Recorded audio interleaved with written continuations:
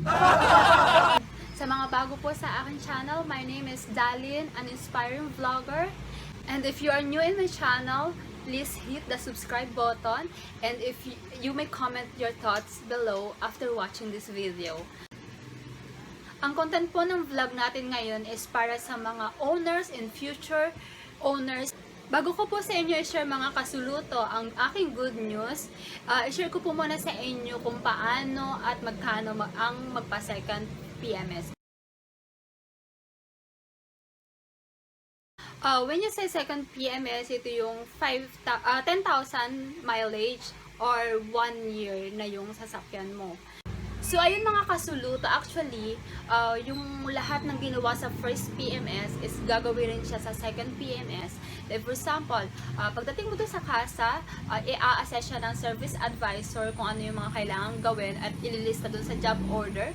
After ng job order, i-quote kung magkano yung total ng PMS. And then after ma-approve mo yung budget, mag-start na yung replacement ng coolant, replacement ng oil, and etc.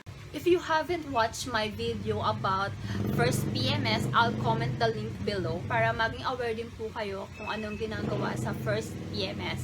So yun, going back, after nang magawa yung mga nasa first PMS, mayroon lang mga nadagdag like replacement ng air filter and aircon filter.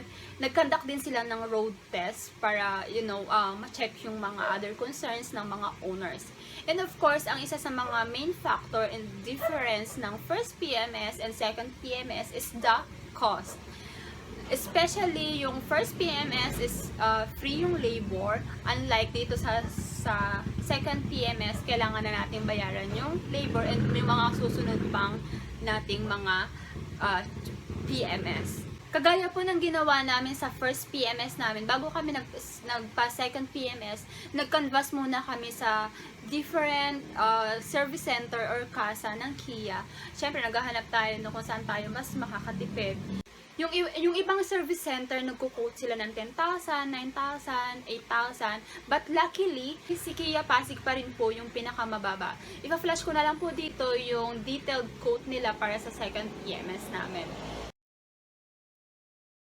So, ayan, yung 6,380 na quote sa amin is nakakuha pa po kami ng discount because we are a member of Kia Soluto Club. Mababa rin po yung quote na yan kasi wala pa po yung aircon filter diyan.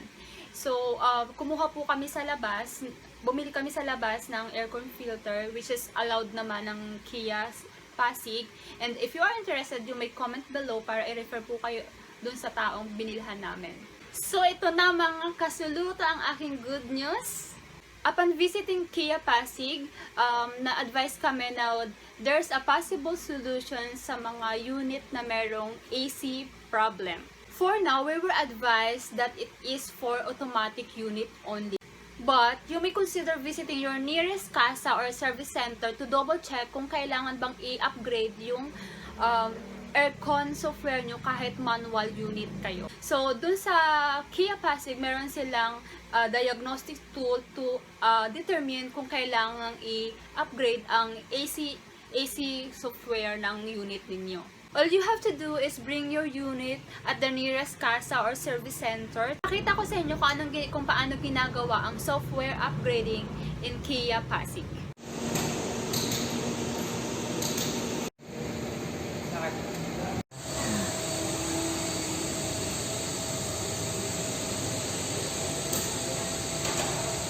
Yan yung effect, sir, na minsan nagbo-blower. Nagbo-blower.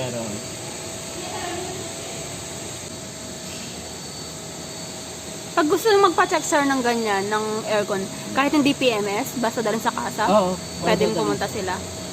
Ayan, tignan nyo yan. Sige. Upgrading na siya.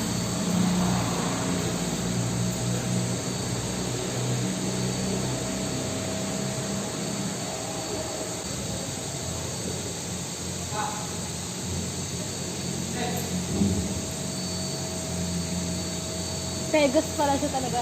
Pegas. Sa ibang bansa. Pegas. JM, nag-upgrade ako ha. Nag-upgrade ako. Nagalit yung battery? Sira. Palit ng unit. Joke. ECU. Nasisira yung ECU. Wala, yun na lang din. Aircon lang. Ha? Nagbi-blink. Oh, Bluetooth kasi yan. Yun ang nagko-connect sila dito. Ang tawag po dyan BCI. BCI. Vehicle Communication Interface. Parang Bluetooth sila dito. Meron akong nakita sa Lazada sir na kinakabit dyan para makita kung may problema daw Pero sa fault ano lang naman yun. fault ano lang. So pwede siyang standard lang talaga. Mga pang-check lang talaga ng Pang-check fault lang. lang talaga naman.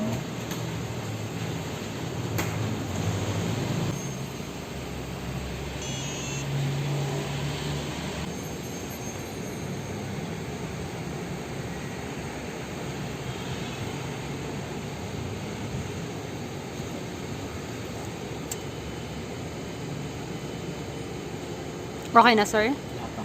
May procedure pa. Hindi natin. Yung pula, sir. Practice na. Okay na yung pula? ECU upgrade has been successfully completed. Babalikan ko siya kung nagawa ko, na-perform ko. Okay po.